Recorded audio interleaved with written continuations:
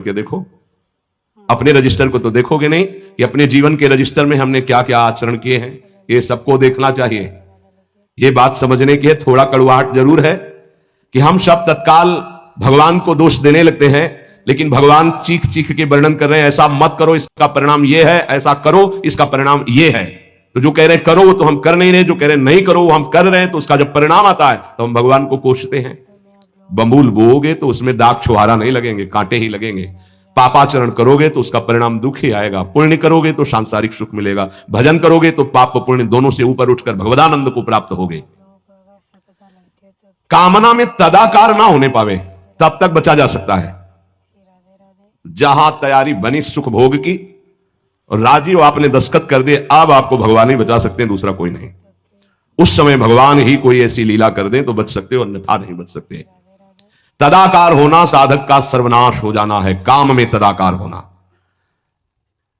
1 2 4 बार अगर आप ऐसी अवहेलना करेंगे तो आपका साथ देगा आपका हृदय और जलेगा, धिक्कार करेगा, बार बार कहेगा गलत है, कान पकड़ेगा, अब की बात नहीं। आगे बढ़ गए, ज्यादा मलिन हृदय हो गया तो आनंदित हर्षित होने लगेगा, आज ये भोगा कल वो भोगूंगा, और वो पापाचरण में हर्षित होकर आगे बढ़ जाता है। ये बहुत बुरी स्थिति होती है।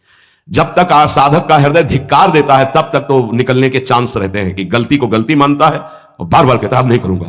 वो विवश होकर गलती हो रही पर वो कह रहा नहीं करो, ये निकल जाएगा, आज नहीं तो कल निकल जाएगा। लेकिन जो राजी हो गया है, जिसने इस महान पाप को अवगुण को गुण मान लिया है, निकलने की संभावना नहीं, क्योंकि तदाकार होकर उसी में लग गया है। तथा तेने दमावृतम, कामना और इसकी ये 3 अवस्थाएं हृदय में आती हैं।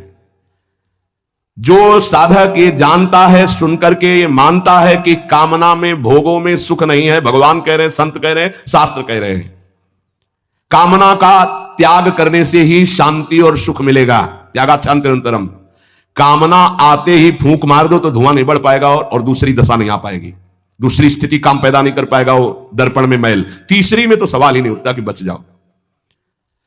परमार्थ का रुचि रखने वाला साधक कामना को पहचानना सीखे और जहां काम अंदर आवे तत्काल उसको नष्ट करना सीखे। नष्ट करने का उपाय है नाम कीर्तन, भगवत गुणवानुवाद, सत्संग श्रवण। किसी संत के समीप तत्काल बैठ जाओ, किसी साधक के समीप, और चर्चा करने लगो, काम की नहीं, भगवत चर्चा। यह भी बताने की जरूरत नहीं कि मेरी स्थिति गड़बड़ है, थोड़ा मुझे कुछ नहीं, उसकी चर्चा नहीं। अगर ऐसा बोले तो उसकी सत्ता दृढ़ होगी। शांत, थोड़ा मन विक्षेप में आया, ऐसा लगा कि आपसे वार्ता करें तो थोड़ी देर आप सुनाइए, गोपी गीत सुनाइए, आप चतुरासी जी का थोड़ा कुछ, आप प्रभु के विषय में कोई सिद्धांत की चर्चा, सत्संग लगा दीजिए, सत्संग सुनने लगिए, एकांत से हट जाइए, बाहर मैदान में आ जाइए। तो किसी भी तरह से आपको उस समय बदलना है, चिंतन बदलना है। भगवान ने काम की 3 अवस्थाओं का वर्णन किया। यह वर्णन करना केवल आपको पहचान बताने के लिए है। कामना शब्द बोलने में देर लगती, बढ़ने में देर नहीं लगती। इतनी तीव्रता से वो प्रथम से दूसरी, दूसरी से तीसरी, और वो क्रिया में उतार देगा। इसीलिए हानि हरिवंश के नाम अंतर पड़े, लाभ हरिवंश उच्चरत वाणी। नाम चल रहा है तो विवेक ठीक है, वो बचा लेगा आपको। कामना के बढ़ने में देर नहीं लगती। कामना बढ़ने पर फिर कोई विचार की गुंजाइश नहीं रह जाती, अनर्थ परंपरा चल पड़ती है। पाप, संताप, दुख, कामना, फिर ऐसा कि आप 100 बार कसम खाएंगे फिर वहीं फिसल कर खड़े हो जाएंगे।